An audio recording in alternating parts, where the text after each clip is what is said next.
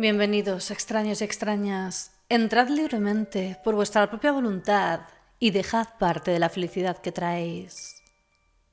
Mi nombre es Estela Noyad y hoy tenemos un avance que llevaba toda una vida esperando: la identidad de Jack el Destripador. Hace poco, gracias a unos análisis de ADN, se ha revelado la supuesta identidad del asesino y hoy la analizaremos con todo detalle. ¿Intrigados? Acompañadme en esta misteriosa historia. Pero antes no olvidéis suscribiros a mi canal para ver más vídeos como este. Dale a la campanita de notificaciones para que os avise cuando subo un nuevo vídeo y seguidme en mis redes sociales. Bajad las luces, subid el volumen. Y ahora sí, comenzamos. Jack el Destripador. ¿Identificado?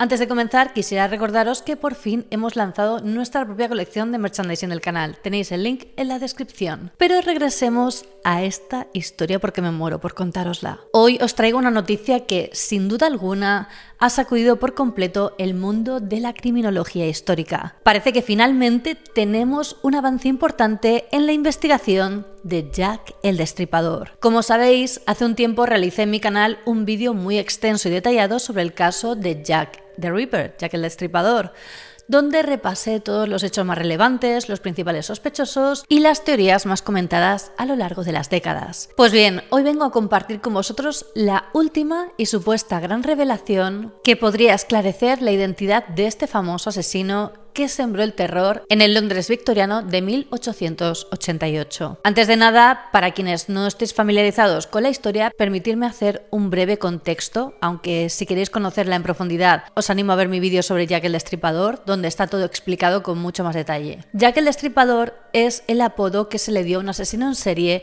que actuó en el distrito londinense de Whitechapel durante la segunda mitad de 1888. Concretamente entre agosto y noviembre de aquel año. Su actividad se concentró en un área muy pobre y hacinada de la ciudad, lo que, sumado a la crudeza de sus crímenes, generó un gran impacto mediático. Hablamos de cartas enviadas a la prensa y a la policía, entre ellas la famosa carta From Hell, teorías conspirativas que implicaban a grandes personalidades y, por supuesto, infinidad de sospechosos que han poblado libros y titulares durante más de un siglo. El apodo Jack the Ripper, Jack el Destripador, se popularizó a partir de una carta fechada del 27 de septiembre de 1888, recibida por la agencia de noticias Central News Agency y firmada con ese seudónimo. A partir de ahí, la prensa empezó a usarlo y se convirtió en el nombre más asociado al asesino. 5 son las víctimas que se consideran canónicas en este caso: Mary Ann Nichols, Anne Chapman, Elizabeth Stride,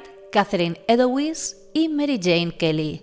La brutalidad de sus asesinatos, junto con la enorme atención periodística que desató entonces, configuró a Jack el Destripador como uno de los primeros asesinos en serie de la historia moderna en tener alcance mundial. La falta de tecnología forense en la época y la compleja realidad social de Whitechapel contribuyeron a que durante décadas el caso se convirtiera en un enigma sin resolver, generando todo tipo de especulaciones y teorías. Desde atribuir la autoría a personajes cercanos a la realeza británica hasta sospechar de artistas famosos, médicos o personas con alteraciones mentales. Pues bien, lo que nos reúne hoy aquí es lo que muchos medios han definido como un nuevo avance en la identificación definitiva del asesino. Desde hace unos años, uno de los nombres más señalados ha sido el de Aaron Kominski, un barbero de origen polaco que se trasladó con su familia a Inglaterra y que se instaló en Whitechapel. Kominski ya figuraba en su momento como un importante sospechoso para la policía londinense, pues aparecía mencionado en ciertas actas y documentos de la época. Sin embargo, no se contaba con pruebas físicas concluyentes. Aaron Kominski nació alrededor de 1865 en Klodawa, una pequeña localidad en lo que ahora sería Polonia. Provenía de una familia judía que, como muchas otras, se trasladó a Inglaterra a finales del siglo XIX buscando un futuro mejor, lejos de las persecuciones que estaban teniendo lugar en su tierra natal. Se estableció en Whitechapel, una de las zonas más empobrecidas y hacinadas de Londres, donde se ganaba la vida como barbero. La vida en esta parte de la ciudad era dura, con condiciones deplorables y una alta incidencia de pobreza pobreza entre la gente que se trasladaba de otros países, lo que convirtió a los residentes en un objeto de sospecha para la policía. Aunque Kosminski no era conocido por los medios de comunicación de su época, sí fue mencionado en los informes de la Policía Metropolitana a raíz de los crímenes de Jack el Destripador. Varios oficiales, entre ellos el inspector Donald Swanson, apuntaron a su nombre como uno de los principales sospechosos debido a su evidente inestabilidad mental y comportamiento errático. Recibió su diagnóstico psiquiátrico en la década de 1890 y debido a su creciente deterioro fue ingresado en varios asilos psiquiátricos, primero en Colney Hatch Lunatic Asylum y más tarde en el Livingston Asylum, donde vivió hasta su muerte. Kosminski pasó el resto de su vida en condiciones severamente adversas, sufriendo de alucinaciones y un progresivo aislamiento del mundo exterior. Falleció el 24 de marzo de 1919, a la edad de 53 o 54 años, por causas relacionadas con sus problemas de salud mental. Aaron Kosminski aparece citado en los registros de la Mill End Old Town Workhouse a partir del 12 de julio de 1890, fecha en la que fue ingresado brevemente antes de ser dado de alta bajo el cuidado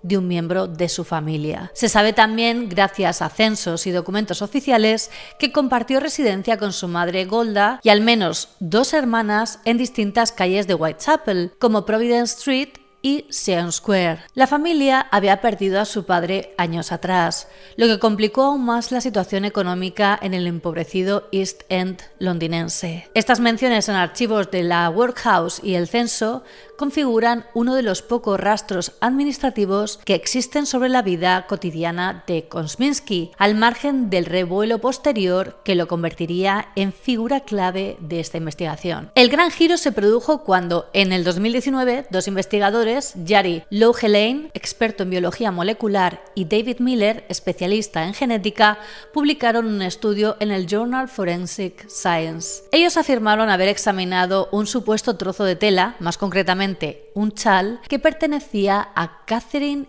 Eddowes, una de las víctimas canónicas, y en el que habrían encontrado restos de ADN. Loughelaine y Miller aseguraron que ese material genético correspondía tanto a Eddowes como a un sospechoso masculino, cuyos descendientes serían compatibles con la familia de Aaron Kosminski. Este anuncio se recibió como una suerte de prueba que faltaba para señalarlo de manera más firme como el autor de los asesinatos. En ese estudio se realizó un análisis de ADN mitocondrial que estableció coincidencias entre el material genético hallado en el chal y los linajes descendientes tanto de Catherine Eddowes como de Aaron Kosminski. Los autores indicaron que además de los análisis de laboratorio realizaron una comparación con árboles genealógicos de descendientes actuales de Kosminski y de Eddowes, a fin de confirmar la coincidencia en el ADN mitocondrial. Para contextualizar este hallazgo es necesario recordar que el chal en cuestión ha generado una enorme controversia. La pieza fue supuestamente recogida en la escena del crimen de 1888, pero el rastro de su procedencia y la cadena de custodia a lo largo de más de un siglo es como poco dudosa. Se habla de que un policía que acudió al lugar del asesinato de Catherine Eddowes se llevó la prenda a su casa y que ésta había pasado por varias manos hasta llegar a una subasta. Por ello, muchos historiadores y forenses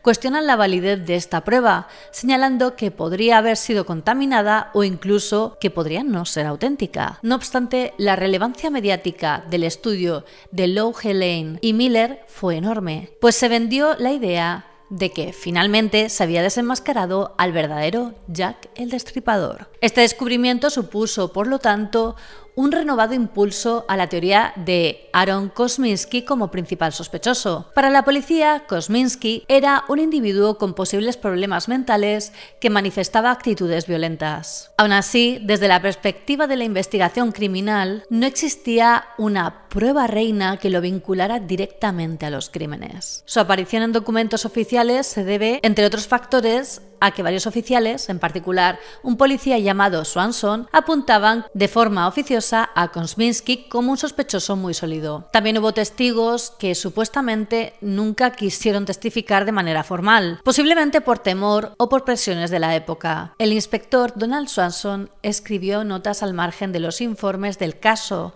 en las que insinuaba que Kosminski era un sospechoso muy serio. No obstante, estas anotaciones no se hicieron públicas hasta décadas más tarde, cuando se descubrieron en documentos personales de Swanson. Entonces, ¿significa esto que está confirmado al 100% que Aaron Kosminski fue Jack el Destripador? La comunidad investigadora y forense se mantiene dividida. Aunque la tecnología de ADN moderno es, sin duda, una herramienta poderosísima, en este caso existen dudas serias sobre la fiabilidad de la prueba y la procedencia exacta del chal. Hay quienes alegan que el estudio adoleció de falta de transparencia en sus métodos y que no se han hecho públicas todas las conclusiones en detalle para que la comunidad científica las evalúe de forma independiente. Por otro lado, algunos expertos consideran que, aunque no sea el veredicto final, sí que supone una evidencia circunstancial que refuerza la implicación de Kosminski. Es decir, que el polaco seguiría liderando el listado de sospechosos más cercanos a la autoría, pero muchos coinciden en que llamar a esto prueba definitiva es un tanto atrevido. Aún así, el rebote mediático no tardó en llegar. Numerosos artículos de prensa titularon que se había resuelto por fin el caso de Jack el Destripador, e incluso ha habido documentales y libros recientes que tratan a Aaron Kosminski como el asesino confirmado. La realidad es que a día de hoy no existe un consenso unánime al respecto,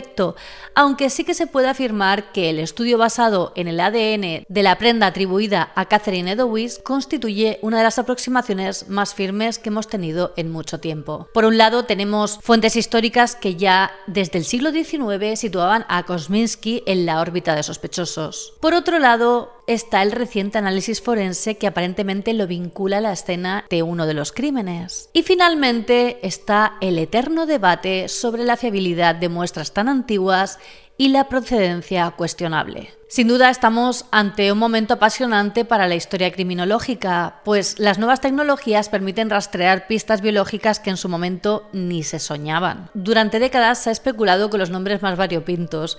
Se ha acusado a médicos, pintores, personalidades de la alta sociedad e incluso llegó a hablarse de conspiraciones que involucraban a la familia real británica. Nada de esto llegó a demostrarse de manera fehaciente. Tampoco se pudo probar en su día una relación directa entre la mayoría de sospechosos y los escenarios del crimen. Sin embargo, cada nueva hipótesis iba alimentando la leyenda negra de Jack el Destripador, cuya relevancia ha traspasado fronteras y siglos. Sabemos hoy, gracias a la investigación histórica, que Whitechapel era un lugar repleto de gente de todas partes que vivían en condiciones extremas de pobreza, que los asesinatos de Mary Ann Nichols, Annie Chapman, Elizabeth Stride, Catherine Eddowes y Mary Jane Kelly estremecieron a la sociedad y encendieron las alarmas entre la policía y los medios de comunicación. Sabemos también que surgieron cartas que se atribuían a Jack el Destripador, incrementando el pánico colectivo y forjando el mito del asesino anónimo, casi fantasmal. Todo esto os lo conté con mucho más detalle en mi vídeo sobre Jack el Destripador,